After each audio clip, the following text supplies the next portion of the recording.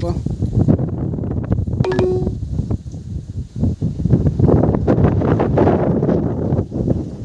so wang mo si ulak ko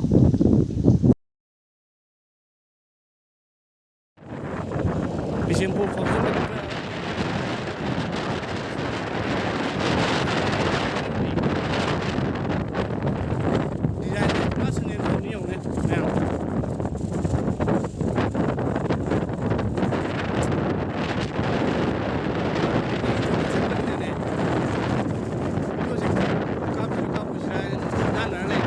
फजद्रो मैम से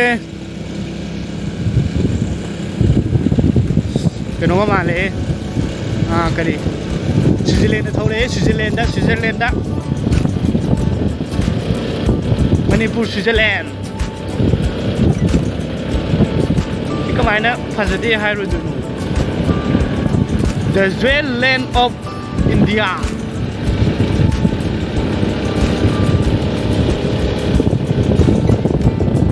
Manipur, the Swan land.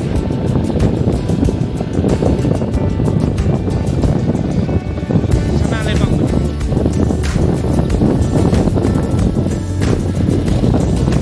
Ay rin na masakta. Ato yung rakan naglibang na yay pare na lao game ko. Ada view pa na siya ba. Kasi po ka makaka no ura ka na. Jadi ko view so sa ke.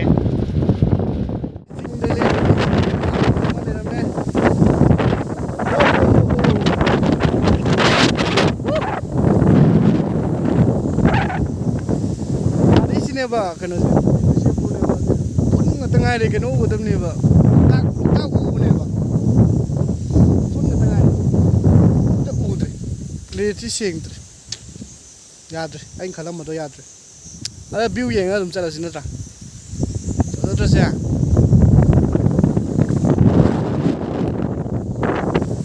era patha thong le jeng phamong ga se ma thami je u ma ge camera maning đi yang con cưng lấy bong lấy dây phụ đây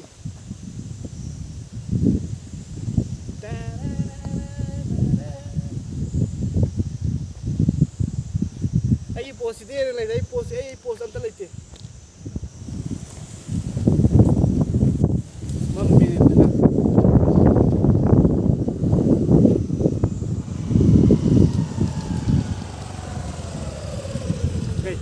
Sana sih kena lambi makan deh, kungkram kai lambi tinggal ni bukan tapi aru, aku tu boleh. Kayak gini aja. Lambi sim lagi. Ais. Sebenarnya lambi tinggal ni sim bagi aku tu, sih tu boleh lah kan. Jadi sih thongka lah kan. Sampai kali ni kita paling lah dah. Besmas yo. Bendera ni ada tu kali lagi. Guess so I just met a new friends from Dimapur, Nagaland. The riders are old school Rongmei riders. The roads are good, that's why we are making friends. Koi gari ayam hojina ini pokok lagi na. Ada lebih sih. Juga kita koi old school Rongmei riders Nagaland Dimapur की मुझे कर ले रहा मैं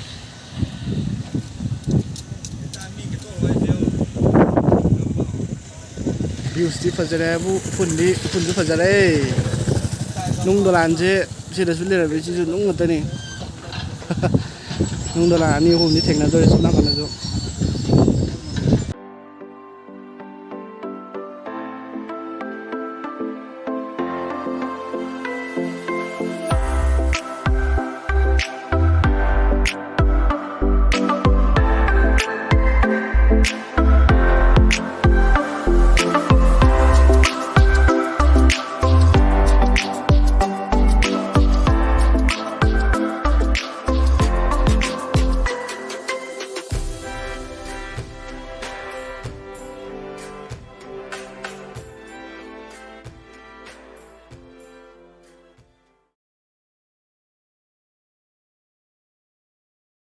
Anh em sẽ xem thùng anh ấy là đồ sẽ zoom lại đây Makada tuloy naman sili. Tuloy naman kay lo di khang tuloy naman kung tuloy di kan khang di. Thawdarage hojik. Lambi se oh. Makada na down. Bata ba chang ra.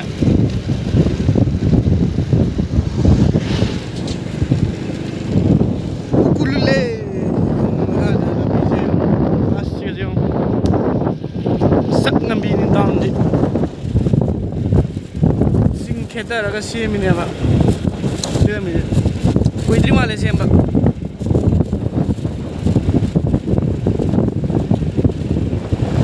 By the way, lebih di kali tahu yang mengenai. Kebun dam yang udah memang yang benar sep pulau. Kebun dam ada le memang tuh sudah le sih kebun dam ni. Ya udah itu video capture ke.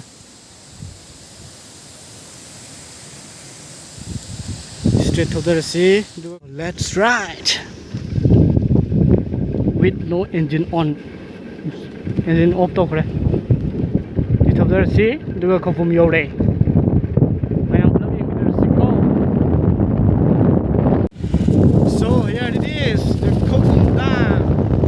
Love your day, man. Ada lebih jauh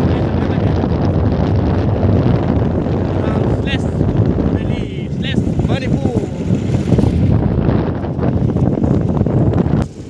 Ngomจะได้ได้ทางนี้นี่ได้ให้จะได้สิ่งหา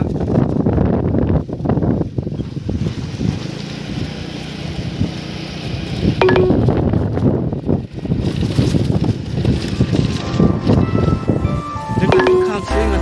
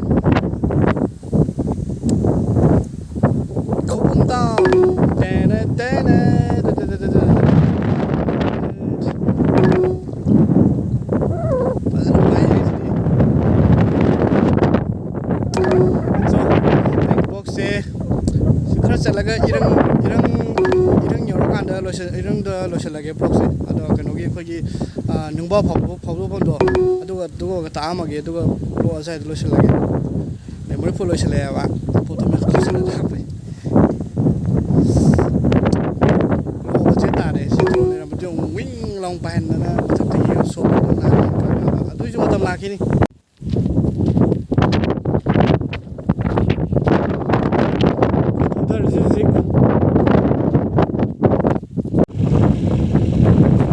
Welcome to Thanogong Village Khopum. Let's go.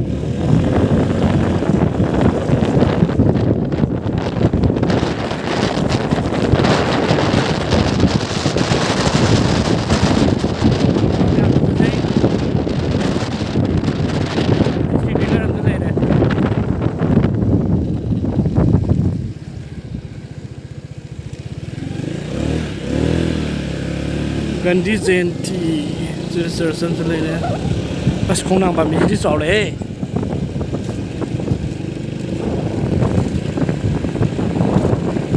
ung thi ai ma ma na nung thi la ba do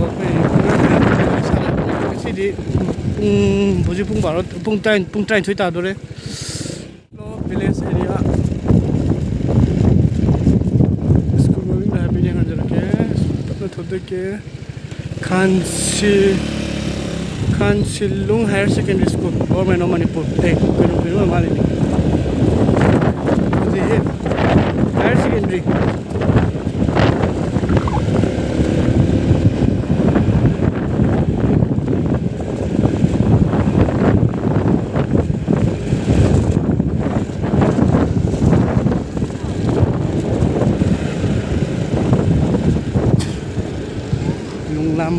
Lunglan Bazaar. Sila misi jatuh ni hara. Sila misi ka. So nak kerja lambi sini kaya tahu na. Oh, thank you. As lambi kau ngau ni, tang juga.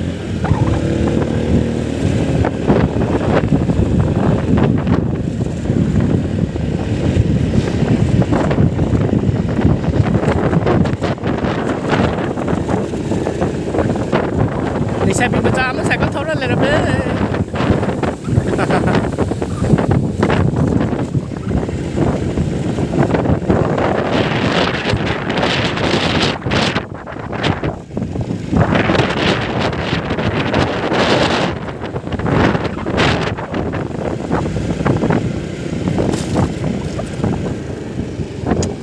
Breaker, ziyaman ngereda sih.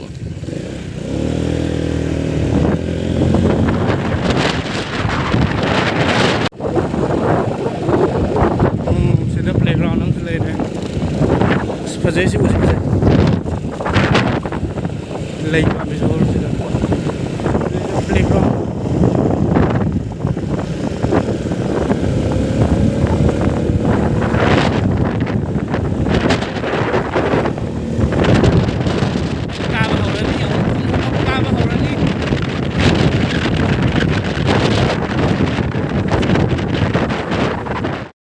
view se sina numbarom de gilak pada ugada view ne ba khopum ne ba uri je thangat di udre ni ta uri je chera le ba pajana mani ngi prken aski mais du musim musala so na gani utla ki ko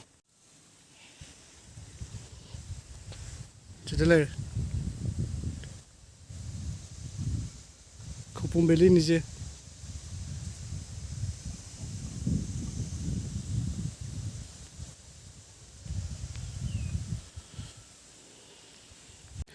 Irang nhiều đấy, dịch irang thong nhiều đấy. Som none longi line đó ta ba. Ji irang thong. Sina khopum line ji irang thong.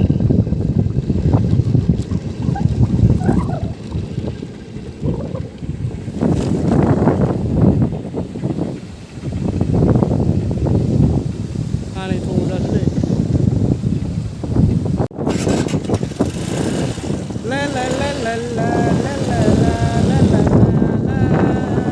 Yang thong la lay camera ke on pen jam yaw ke kore sikin bagi asida hori ba mayam je wa pan mi ngat ne ba suna kan gi none rongi side su wa pan mi ngat ni ching da yam ko si su wa pan mi ngat ni ko mane ko wa tha ba jang sam ma ta ni da ing sa wa zo ma le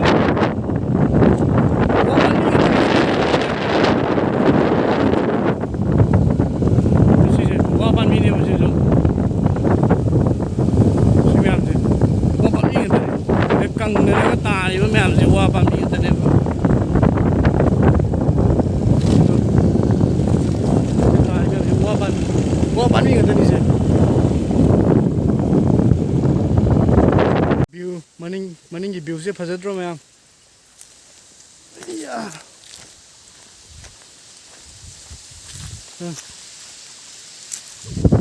maning gi view se phajadro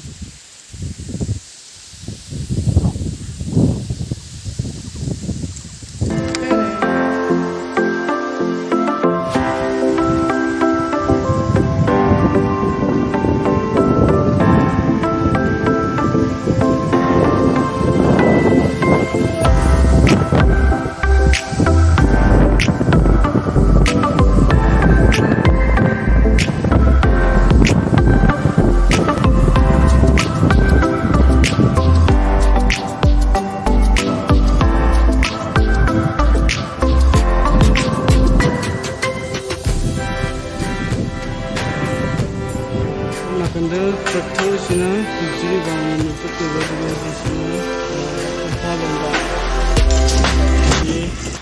ꯑꯩꯅꯤꯡꯗ ꯂꯩ ꯂꯝꯕꯤꯁꯤꯅ ꯕꯤꯁꯦꯝꯄꯨꯔ ꯇꯥꯕꯒꯤ ꯑꯗꯣ ꯃꯌꯥꯝ ꯑꯁꯤꯗꯤ ꯕ꯭ꯂꯣꯛꯁꯦ ꯃꯇꯥꯡ ꯑꯁꯤꯗ ꯂꯣꯏꯁꯤꯟꯖꯔꯒꯦ thank you ꯋꯥꯁꯨ ꯋꯥꯔꯦ ꯂꯥꯏꯛ ꯁꯕꯁꯀ꯭ꯔꯥꯏꯕ ꯑꯃꯗꯤ ꯀꯃꯦꯟ ꯇꯧꯕꯤꯔꯝꯃꯣ ꯑꯩꯗ ꯂꯥꯛꯄꯗ ꯔꯦꯡꯄꯥꯡ ꯌꯨꯠ ꯍꯣꯏ ꯔꯦꯡꯄꯥꯡ ꯌꯨꯠ ꯑꯦꯁꯣꯁꯤꯌꯦꯁꯟ ꯍꯥꯏꯔ ꯀꯩꯅꯣ ꯍꯥꯏꯔꯤ ꯚꯣꯂꯤꯕꯣꯜ ꯁꯥꯟꯅꯕꯒꯤ ꯔꯦꯡꯄꯥꯡ ꯌꯨꯠ ꯑꯣꯔꯒꯅꯥꯏꯖꯦꯁꯟ ꯚꯣꯂꯤ ꯇꯣꯔꯅꯥꯃꯦꯟ ꯍꯥꯏꯕ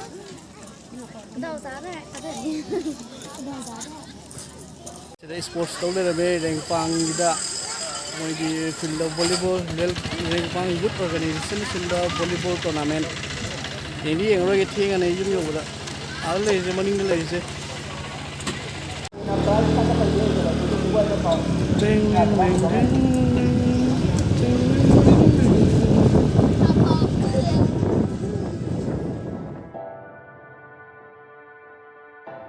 ꯃꯝꯗꯤ ꯃꯝꯃꯦ ꯂꯝꯕꯤꯁꯦ ꯉꯥꯛꯇꯅꯤ ꯊꯧꯒꯥꯏꯔꯤꯁꯦ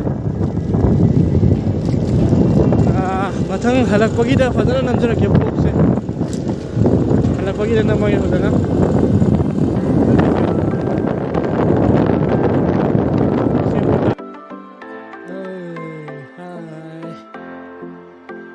ꯏꯊꯟꯇꯅꯤ ꯊꯧꯗꯔꯦ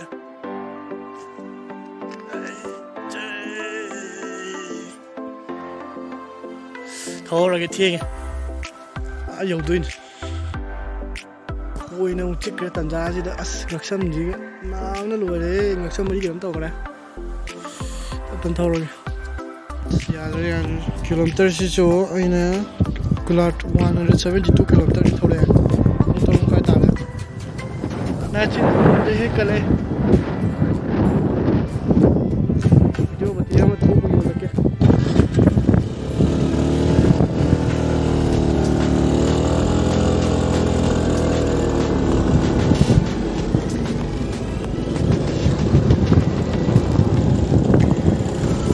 ꯍꯞꯇꯒꯤ ꯊꯥꯔꯒ ꯊꯧꯒꯥꯏꯔꯤꯁꯦ